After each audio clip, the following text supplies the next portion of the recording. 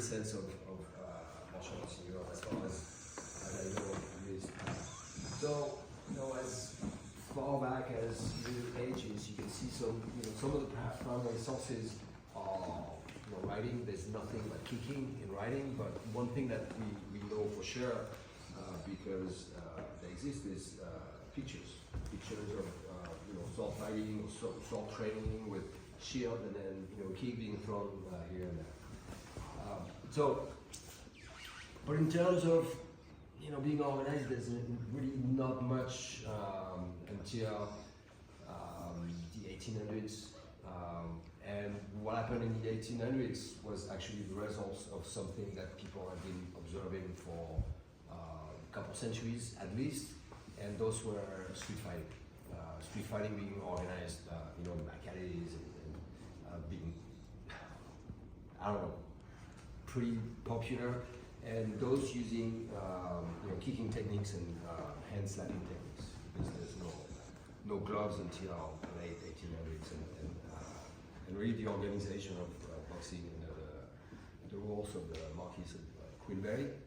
So in France, it's really like street fighting is really the essence of what we know as Savate, and there's been a couple of people that have been very influential in terms of picking up things and codifying those things, and having some kind of a technical explanation of what the form looks like, what part of the foot is being used, but definitely the shoes. There was nothing barefoot in the history of Savate. So in the early 1800s, the first person to put those things together was named Charles Lecourt, and his first treaty, which is really something that's organized with some drawings and some technical explanation, was first published in 1822, and that's the first one that actually used boxing techniques and kicking techniques together. So boxing techniques definitely changed the way hand strikes were delivered. So it's very important. There's no more hand slapping technique that there was in the past. So basically, what this first person did was, taking two different styles that were more or less developed, one in the north of France and Paris, and that's one that looked like it was more complete, using mostly low line kicks and hand slapping techniques, and then a style that was developed more in the south of France, in the city of Marseille, which is along the Mediterranean coast, practiced by sailors. So again, there's some primary sources that show those guys, using hands to counterbalance and allowing them to kick at the higher level.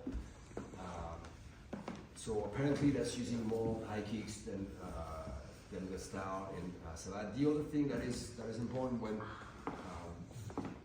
when you see that people are using a technique and they in the port and then on the boat. This boat is definitely going to go somewhere. So there was definitely a lot of exchange with Asia and other parts of the world as well. So I'm not saying necessarily that those were influenced by like the traditional martial arts as we know them, but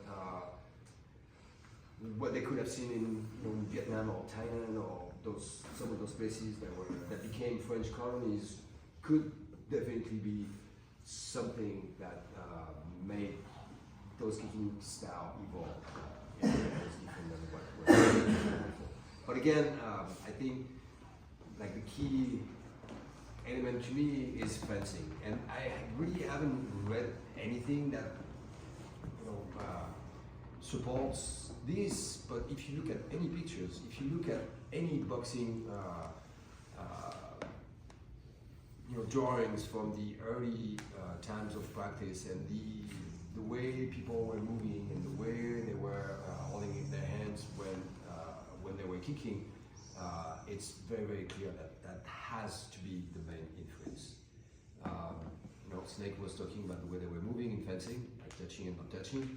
So that's what kind of became the essence of Savate has developed not just as self-defense aspect, which I'll go back to it later, but as competition. So the first form of competition in Savate, what we call Savate is actually not Savate, but it's French boxing, because it's taking both of those styles and putting them together, adding something that's not coming from Savate or Chausson, which is the South, and that's English boxing. And that became French boxing.